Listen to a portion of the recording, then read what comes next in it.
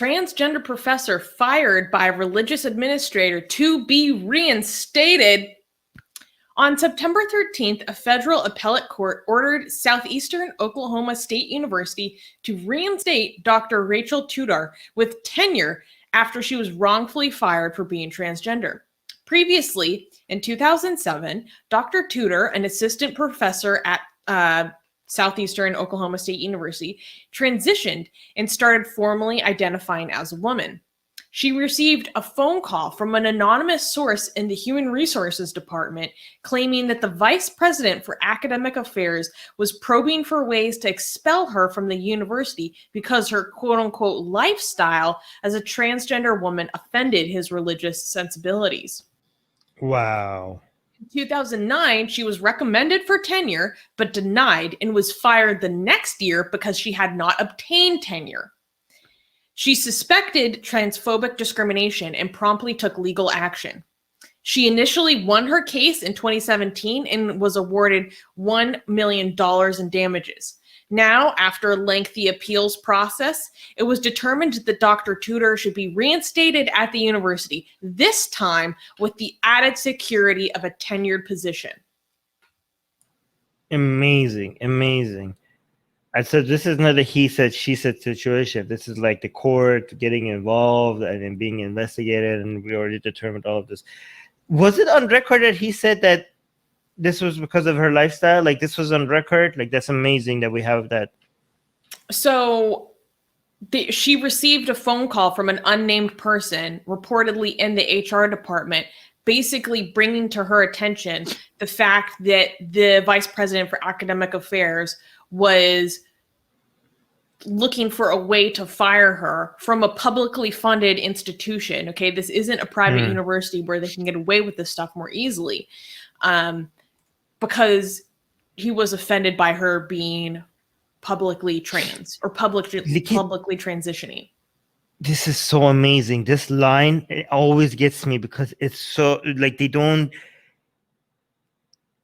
it's so amazing to me that they don't get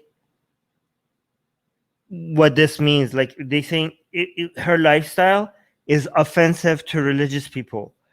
Do you understand? Religious people, okay? Listen to me. Pay attention right now, okay? Do you understand what it means for you to use that line of reasoning?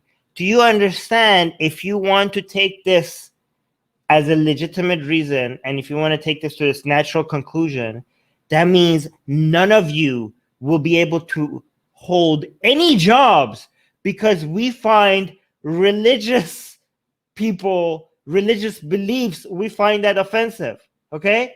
Like, not if this is the standard that you have, you would all be jobless. Islam offends me. Islamic lifestyle offends me. Christianity offends me. Hinduism offends me. Christian lifestyle offends me. If you're using as grounds to fire somebody, then you would all be jobless because you offend us. If that was reason enough to get rid of somebody. There was further corroboration because this vice what's his full title? The vice president of academic affairs. His sister also worked at the university. And so his sister approached Dr. Tudor and said to take safety precautions. And this sister told Dr. Tudor that her brother thought trans people were, quote unquote, a grave offense to his religious sensibilities, end quote, according to the lawsuit. And it's kind of interesting. So in 2007, a jury agreed with Tudor that she was wrongfully fired and awarded her $1 million in damages. And this was years before we now have the Title IX discrimination now also includes anti-LGBT discrimination. So this was even before there was that legal precedent. And this is a quote from one of her lawyers that says, this is one of This is the first one of these Title IX civil rights cases for a trans person based on sex discrimination to go to jury trial, which she then won in 2017, which is like a very significant moment. And then over time through the appeals process, the reward to her was reduced to $300,000, and then the university appealed again. And then that's when the appeals court said, actually, you can get your job back, and this time you're getting tenure. Wow. So the university appealed it, and it got worse for them. I mean, if that's how you want to look at it, yeah. And your lawyer tried to argue that, oh, well, we can't have her back because of the hostility, because of this legal process. And the judge had such a good retort. They're like, there's typically litigation hostility because lawyers aren't saints. If we rely on litigation hostility, there's probably never a case where reinstatement can be awarded. Right. And also you started the hostility. Like, so yeah. Like, oh, we can't have her back. No, and then this is BS. Then they tried to argue that she's not qualified to receive tenure because she hasn't been releasing academic and scholarly work since she was fired. And they're like, yeah, you turned her life upside down. Of course she's not producing academic articles when she's fighting a court battle over the job you fired her for. What? How did these people get to be lawyers? I don't get it. I'm almost glad that these people do this, because this sets a precedent. Like, I'm almost celebrating their bigotry. I don't know if that makes sense or not, because I want you guys to do this and then be crushed in the court, so that, because this case is now sets a precedent and it's going to protect a lot of more transgender people and their jobs, right? What do you think?